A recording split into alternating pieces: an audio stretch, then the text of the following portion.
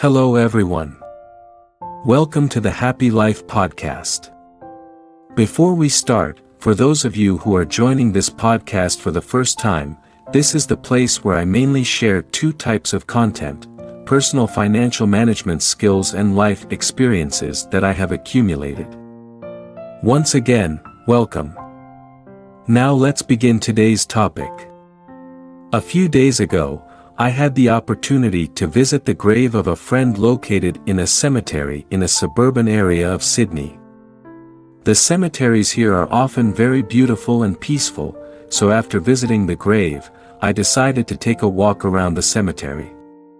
While walking, I suddenly remembered a quote from a book I had read before: "The graveyard is the richest place on earth, because it is here that you will find all the hopes and dreams that were never fulfilled, the books that were never written, the songs that were never sung, the inventions that were never shared, the cures that were never discovered, all because someone was too afraid to take that first step, keep with the problem, or determined to carry out their dream." I want to share with you a few thoughts on this matter. To begin, let me use an example from my own story. As I have shared with you many times before, I have long planned to start a podcast to compile the experiences I have accumulated.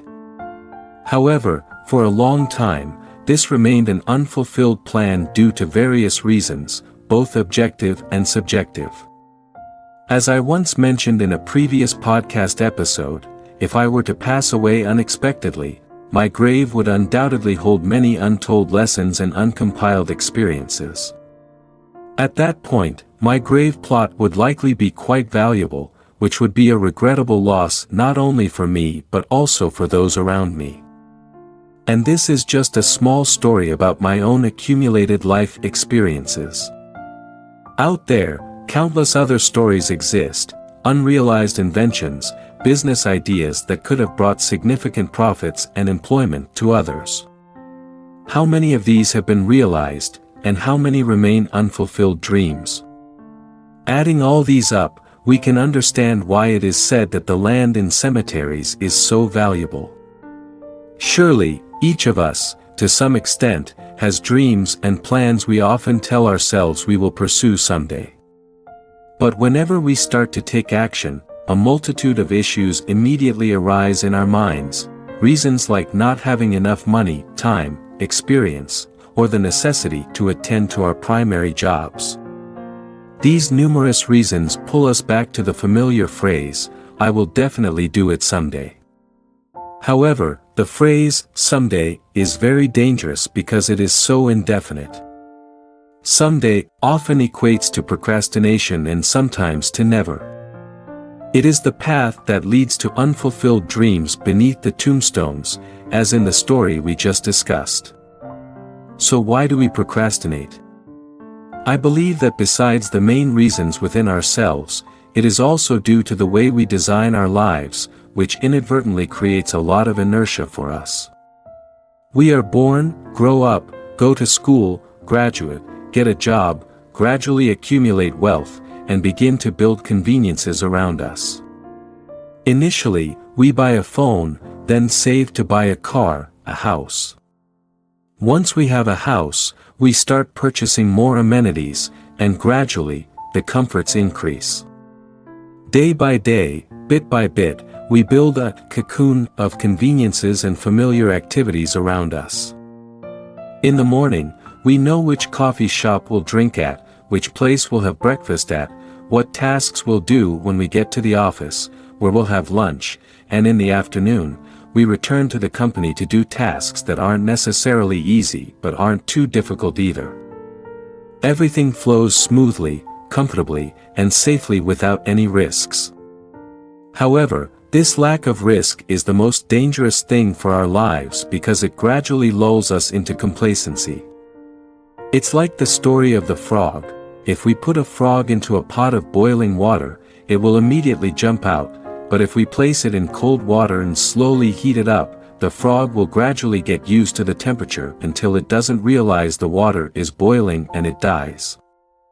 In this case, we are like that frog. When we become too accustomed to the comforts and conveniences we have, we start to fear losing those familiar things. We hesitate to step out and face new challenges because we are too comfortable in our safe zones. Our brains automatically generate countless reasons and dangers that we might encounter if we leave our familiar environment to enter a new one. But the truth is, most of these risks and dangers, 90% of them, are created by our brains to pull us back to our comfort zones. Of course, I'm not saying we should blindly rush into genuinely dangerous situations without any thought. Certainly, before doing anything, we need to prepare thoroughly to distinguish between recklessness and calculated risk.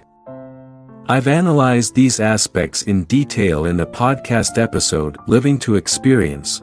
Those who haven't watched it can refer to it. What I mean here is that even after eliminating reckless factors, our brains still continue to conjure up non-existent dangers to pull us back to our comfort zones. When we analyze carefully, we'll see that there are very few truly dangerous factors.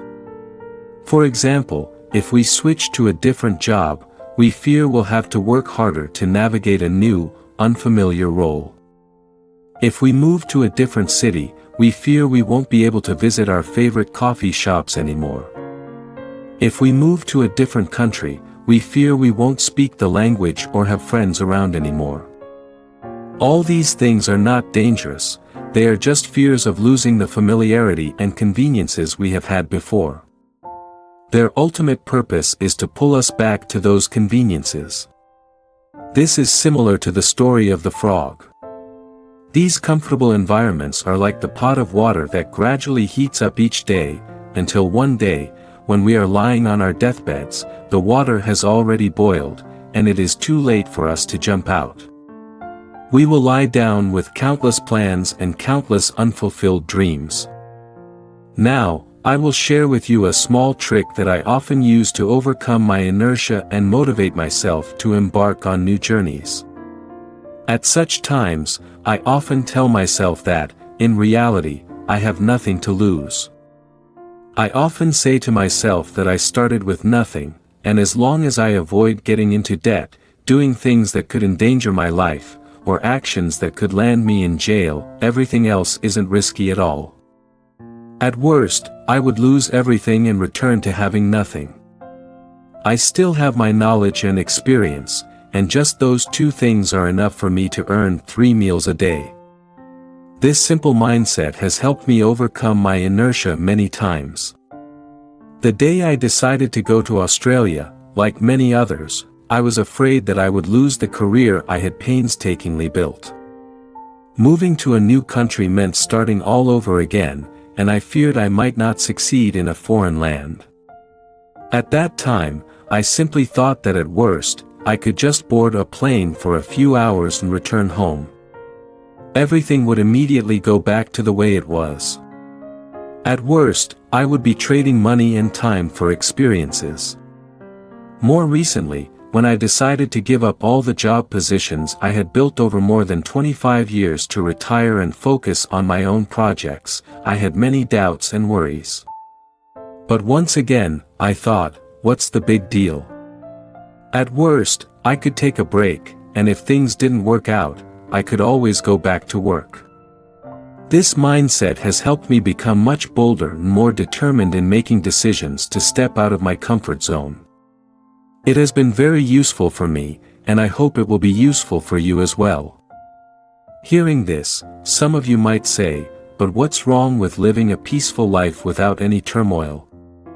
Why put ourselves through hardship to seek out difficulties? Actually, this question isn't wrong if it truly reflects our choice. If we choose a peaceful life and, importantly, have no regrets about that choice, then we should continue living in the way we find comfortable. But what we're discussing here are the dreams that remain unfulfilled and the plans that never come to fruition, leading us to lie down with regrets in the end. These regrets are not just for ourselves but also for those around us. Because who knows, among the plans we are nurturing, there might be some that could bring value to others. Furthermore, there's another equally important reason in my opinion. I believe that the purpose of our existence in this life isn't just to survive but also to experience and strive to develop ourselves into better versions. The best way to develop ourselves is by pushing beyond our comfort zones and pursuing the dreams we want to fulfill. We often hear our parents and grandparents talk about the difficult years during times like wars or the struggles they faced while building their careers. That's because those challenging times were the hardest for them, but how often do we hear someone say, "I lived comfortably and leisurely during a certain period"? Of course, I'm not suggesting that we seek out countries in conflict or with poor economic conditions to live in. What I mean is that these difficult times are often where we create the most memories and experience the most growth. It's similar to when we travel, the trips that are arduous, where we have to climb mountains and cross streams, are usually the ones we remember the most, not the leisurely vacations where we sit in a room reading until lunchtime. Of course, I'm not discrediting those forms of relaxation. Occasionally, when I need to rest, I also go to such places. But when we want to seek experiences, gather memorable moments, and develop ourselves to new heights, we often find these opportunities in adversity and difficulty. For myself, I've long tended to encourage myself to step out of comfort. I immerse myself in environments that lack comfort. At work, I often seek out companies facing challenges until everything starts to stabilize, and the work becomes more relaxed, then I tend to want to move to a different environment. In life, I've changed living environments many times. When everything is calm, I pack up and move to Germany, and when things stabilize there, I move to the United States. Even my hobbies like hiking and kayaking in the woods serve as forms of such experiences. Each trip leaves me with many memories. Each major change, like moving to a different country to live, helps me transform into a better, more resilient version of myself. To wrap up today's conversation, I want to share a story about a friend of mine. I have a friend with whom I share many similar thoughts. He's American, but he hasn't lived in the United States for a long time. He moved to Singapore for a few years, and recently, he relocated to New Zealand to live. One day, while chatting with him, I shared with him what I've shared with you today, and suddenly, we jokingly said to each other, "Let's die empty." Although it was just a joking remark, it has become almost a life motto for me because it's a goal worth pursuing. Hardly anyone among us gets to die empty. Most people pass away with countless dreams, aspirations, and plans unfulfilled. So, let's strive to die with nothing left inside us. Let's die after accomplishing most of what we set out to do. We are fortunate to have this life. We grow up with many dreams and plans. I'm not talking about those unfortunate souls who have no other choice. But for the vast majority of us, we can achieve our plans with what we have. Therefore, if it's just fear or inertia holding us back from pursuing our dreams, and in the end, we depart with unfinished plans, leaving our graves as one of the most regrettable, then it will truly be a great pity. I collected this collection in the last days of the year. It is also an opportunity for us to try to look back and see how many plans and dreams we have that have been gathering dust in some corner of our thoughts for a long time. Things that every time we think about it we say we will definitely do it someday. Then let's try to think again to see if we have such things or not. If so, this year instead of repeating that saying, let's try to take action. We also don't need to do anything that is too big right away.